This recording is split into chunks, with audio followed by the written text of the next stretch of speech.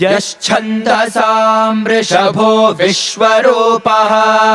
छन्दोऽभ्योऽद्यमृतात् सम्बभूव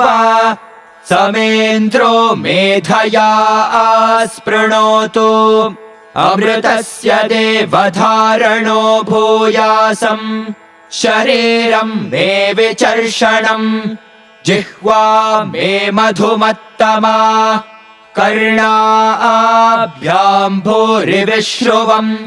ब्रह्मणः कोशोऽसि मेधया पिहितः श्रुतं मे गोपाय मेधा देवी जुषमाणा न आगाद्विश्वाची भद्रा सुमनस्यमाना